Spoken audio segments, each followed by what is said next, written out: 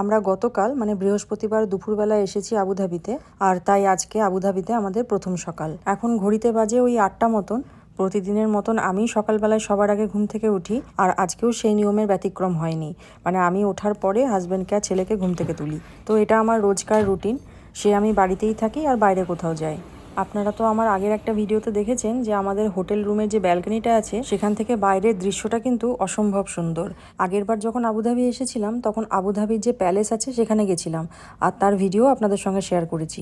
তো এই ব্যালকনি থেকে সেই প্যালেসটা কিন্তু খুব সুন্দর করে দেখা যাচ্ছে, যদিও সেটা হয়তো ক্যামেরাতে ঠিকঠাক ধরা পড়ছে না। তবে ওই দূরে যে ছোট ছোট আইল্যান্ডগুলো দেখা যাচ্ছে সেগুলো কিন্তু ম্যানমেডও হতে পারে। এদেশের অনেক আইল্যান্ড কিন্তু ম্যানমেড, যেরকম দুবাইতে আছে পাম জুমেরা, দুবাইয়ের খুব নামকরা একটা জায়গা, সেই পাম জুমেরাও কিন্তু ম্যানমেড। তাই আমার মনে হলো এই আইল্যান্ডগুলোকে দেখে যে হতে পারে এগুলোও ম্যানমেড। চলুন, ওরাও দুজনে ঘুম থেকে উঠে গেছে, এবার একটু চা বসাই, তারপর ফ্রেশ হয়ে নিচে যাব ব্রেকফাস্ট করতে। আমরা সকাল দিকটা হোটেলেই কাটাবো, ওই বিকেল দিকে যখন রোদ পড়ে যাবে তখন যাব বাইরে কোথাও ঘুরতে। আর এই দুটো এখন ঘুম থেকে উঠে কুস্তি করছে। আসলে সারা সপ্তাহ স্কুল অফিস এইসবের ব্যস্ততায় নিজেদের মধ্যে সময় কাটানোটা বোধহয় খুবই কমই হয়। ছেলে সকাল সকাল স্কুলে বেরিয়ে যায়, তখন বাবার সঙ্গে দেখা হয় না। আবার যখন স্কুল থেকে ছেলে বাড়ি ফেরে তখনও বাবা অফিসে থাকে।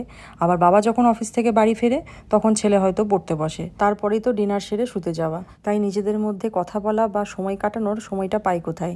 এটা অবশ্য শুধু আমাদের জীবনের একার গল্প নয়, এখনকার দিনের প্রতিটি বাড়িতেই বোধহয় একই চিত্র। কারণ এখন তো সব কাজেরই ধরন পাল্টেছে, তাই এই ছুটির দিনগুলো পেলেই একটু আনন্দ মজা করে কাটানো যায় আর কি।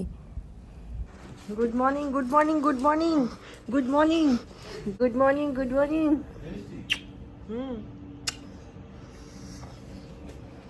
তিনজনেই এত ভালো ঘুমিয়েছি, চোখ মুখ সব ফুলে গেছে।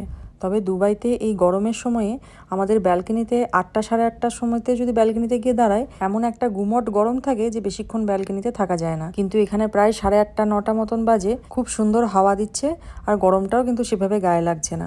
হতে পারে সামনে সব কিছু খোলামেলা বলে হয়তো।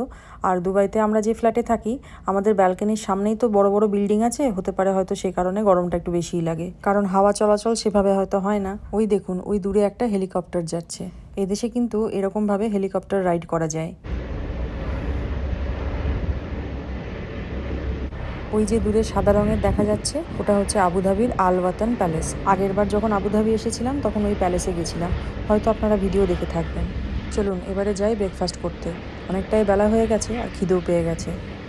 আমাদের এই হোটেলে ব্রেকফাস্টটা কমপ্লিমেন্টারি, আর ব্রেকফাস্টে এত এত অপশান আছে, চলুন আপনাদেরকে একটু ঘুরিয়ে দেখাই। এদিকটায় আছে বেকারি প্রোডাক্ট, যত রকমের কেক, পেস্ট্রি, কোসান, ব্রেড, এই সমস্ত কিছুগুলো এখানে আছে। আর এই জায়গাটি হচ্ছে স্পন্দনের অত্যন্ত প্রিয় জায়গা, কারণ বাড়িতে থাকলে বা স্কুলের টিফিনে ওকে কোনো রকম বেকারি প্রোডাক্ট খুব একটা দেওয়া হয় না, কারণ যে কোনো ধরনের বেকারি প্রোডাক্ট ও এত বেশি পছন্দ করে, আর সেই কারণে অনেক বেশি খেয়েও ফেলে আর পরে শরীর খারাপ করে। আর এদিকটায় বিভিন্ন রকমের প্যানকেক, ফ্রেঞ্চ টোস্ট, ওয়াফেল এসবগুলো তৈরি হচ্ছে। আর এদিকটায় আছে চিল্ড ওয়াটার থেকে শুরু করে বিভিন্ন রকমের juice, carrot, watermelon, mint, lime, orange, এই সমস্ত।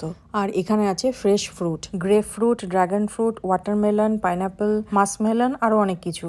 আর এদিকটায় এক ধরনের পরোটার মতন বানানো হচ্ছে, যার ভেতরে বিভিন্ন রকমের স্টাফিং করা আছে, যেমন চিজ, মেয়োনিজ, এইসব দিয়ে। এদিকটায় আছে বিভিন্ন ধরনের cheese, tofu, salami, smoked salmon, boiled trout fish, আর তার সঙ্গে বিভিন্ন রকমের সস। আর এদিকটায় আছে মিল্ক, আর তার সঙ্গে বিভিন্ন রকমের সিরিয়ালস। দাঁড়ান, এখানেই শেষ নয়, আরও অনেক কিছু বাকি। হোটেলে যেহেতু বিভিন্ন দেশের মানুষ এসে থাকেন, তাই খাবারগুলো সবার কথা ভেবেই রাখা হয়েছে।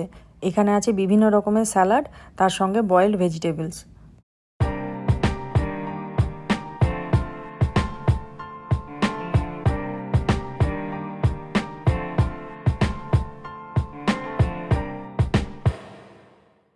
এদিকে আছে পাওভাজি। তবে এখানে দেখছি বেশিরভাগ খাবারই ডিম দিয়ে বানানো। আসলে ডিমটা যেহেতু সবাই খেতে পারে, আসলে ননভেজের মধ্যে সবাই তো সব কিছু খায় না, কিন্তু ডিমটা দেখেছি বেশিরভাগ মানুষই খেতে পছন্দ করেন। এটা হচ্ছে বেকড বিন। আর এখানে আছে মাশরুম, এই মাশরুমও অনেকেই খেতে পছন্দ করেন। এটা আমরা ওই যে বড় ভুট্টাগুলো খাই সেই ভুট্টা দিয়ে একটা রেসিপি। এদিকে আছে হাশ ব্রাউন, স্পিনাচ সমোসা।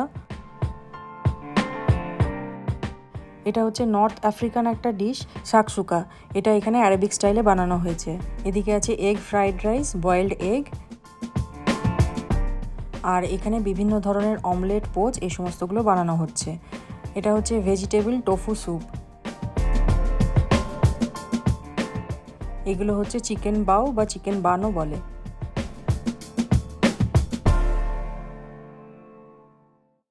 এটা হচ্ছে আমরা যে ভার্মিসিলি খাই সেটাই ডিম দিয়ে একটা রেসিপি। তবে জানেন তো, অ্যারাবিক যে রেসিপিগুলো হয় সেগুলোর সঙ্গে আমাদের ইন্ডিয়ান রেসিপিগুলোর কিন্তু প্রচুর মিল, কেবল নামগুলো শুধু আলাদা। যেরকমভাবে আমরা মোগলাই পরোটা বানাই, ঠিক হুবহু একই রকমের একটা অ্যারাবিক রেসিপি আছে যেটার নাম হচ্ছে মুতাব্বাক। আমি তো বোঝানোর জন্য এই একটা এক্সাম্পল দিলাম, এরকম প্রচুর অ্যারাবিক রেসিপি আছে যেগুলো আমাদের ইন্ডিয়ান রেসিপির সঙ্গে একদম হুবহু মিলে যায়। যাকে চলুন, এখানে ব্রেকফাস্টের যা সমাহার দেখছি তাতে কোনটা ছেড়ে কোনটা খাবো, আর এই খাবার খাওয়ার পর মনে হয় না আজকে আর লাঞ্চ করতে পারবো। এদিকে ডিম আমাদের খুবই প্রিয়, তাই ডিমে কোনো কম্প্রোমাইজ করতে পারবো না। আর এটা হচ্ছে চিকেন কিনুয়া স্যালাড। এখন তো ডায়েটের চক্করে চিয়া সিডসের পাশাপাশি এই কিনুয়াও খুব জনপ্রিয়। আমি যেহেতু সর্বভুক, তাই কাঁচা সেদ্ধ থেকে শুরু করে যে কোনো মশালেদার খাবারই আমার ভালো লাগে, শুধুমাত্র মশলাটা আর নুন মিষ্টিটা ঠিকঠাক পড়লেই হলো। আগে প্রথমে হেলদি খাবার দাবার দিয়ে শুরু করেছি, এরপর বাকি যে আইটেমগুলো আছে আর পেটে যদি আমাদের জায়গা থাকে তাহলে সেগুলো একটু একটু করে সব টেস্ট করে দেখব। স্পন্দনের আবার বেকারি প্রোডাক্ট, ডেয়ারি প্রোডাক্ট এগুলো খুবই প্রিয়, আর তার সঙ্গে ওয়াটারমেলন ওর খুব পছন্দ। স্পন্দন যখন ছোট ছিল তখন বেশ কিছু ওয়াটারমেলন কেটে ওকে বসিয়ে দিতাম, আর আমি আমার দিব্যি কাজগুলো সেরে নিতাম। যাই হোক, এখন ব্রেকফাস্ট সেরে সুইমিং পুলের দিকটায় এসেছি। যেহেতু প্রচণ্ড রোদের জোর, তাই দেখুন সুইমিং পুলটা প্রায়ই ফাঁকা।